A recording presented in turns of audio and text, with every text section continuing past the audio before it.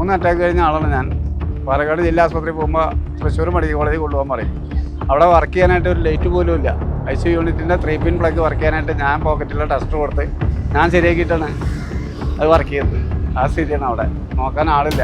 എല്ലാവരും നല്ല ഉറക്കത്തിൻ്റെ നേരം 2 മണി സമയത്താണ് ഞാൻ പോകണത്. അവിടെ ചെന്നപ്പോഴാണ് പറയുന്നത് അറ്റാക്കാണ്, തുടക്കാണ്, തൃശ്ശൂർ വിട്ടോളാം.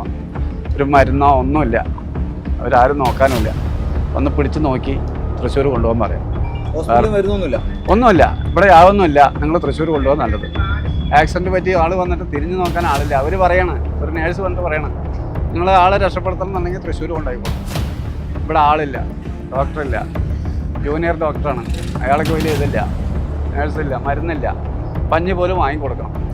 എമർജൻസി ആയിട്ട് നമ്മളൊരു ആംബുലൻസ് വിളിച്ചിട്ട് പാലക്കാട് പോകുന്ന സമയത്ത് പാലക്കാട് നേരെ തൃശ്ശൂരേക്ക് അയക്കുക. തൃശ്ശൂരിൽ നിന്ന് നേരെ ഞങ്ങൾ അടുത്ത ഓപ്ഷൻ എന്ന് പറയുന്നത് കോയമ്പത്തൂരിലേക്കാണ് ഒരു ഓപ്ഷനായിട്ട് വരുന്നത്. ഭയങ്കര ബുദ്ധിമുട്ടാണ്. നമുക്ക് എന്തെങ്കിലും അസുഖങ്ങൾ വന്നാലും കഴിഞ്ഞ ആഴ്ച തന്നെ എൻ്റെ അച്ഛനൊരു അസുഖം വന്നിട്ട് പെട്ടെന്ന് കൊണ്ടുപോയ സമയത്ത് ആശുപത്രിയില്ല, ആളില്ല. പിന്നെ നമ്മൾ പോകേണ്ടി വന്നു എറണാകുളത്ത്. അവിടെ പോയിട്ട് ഹോസ്പിറ്റലിൽ പോയി ചെയ്ത കാര്യങ്ങളൊക്കെ. അപ്പോൾ അത്രയും ശോചനീയാവസ്ഥയാണ് ആരോഗ്യമേഖല നടക്കുന്നത്.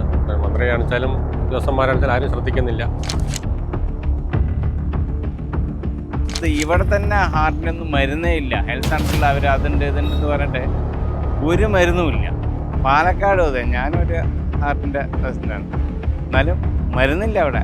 ചോദിക്കണം, നിങ്ങൾ ഒന്നില്ല തൃശ്ശൂർ കൊണ്ട് വിട്ടില്ല, അവരെ കോയമ്പത്തൂർ പോകുമെന്നാണ് പറയുന്നത്. പൈസ ഉള്ളവർക്ക് ഹോസ്പിറ്റലിൽ പോകാം, പ്രൈവറ്റ് ഹോസ്പിറ്റൽ, അല്ലാതെ ഗവൺമെൻറ് ഹോസ്പിറ്റലിൽ പോവുകയോ വേണ്ട. കാരണം അവിടെ ഒരു മരുന്നില്ല. 2 ഉറുപ്പ്യ 3 ഉറുപ്പ്യ വരെ മരുന്നുള്ളൂ. ബാക്കി ഓപ്പോസിറ്റ് ഫാർമസി ഉണ്ട്, അതിന് വാങ്ങിക്കാം. 2-3 ഉറുപ്പ്യന് മരുന്ന് മാത്രമേ അവിടെ ഉള്ളൂ, ബാക്കി ഒന്നുമില്ല.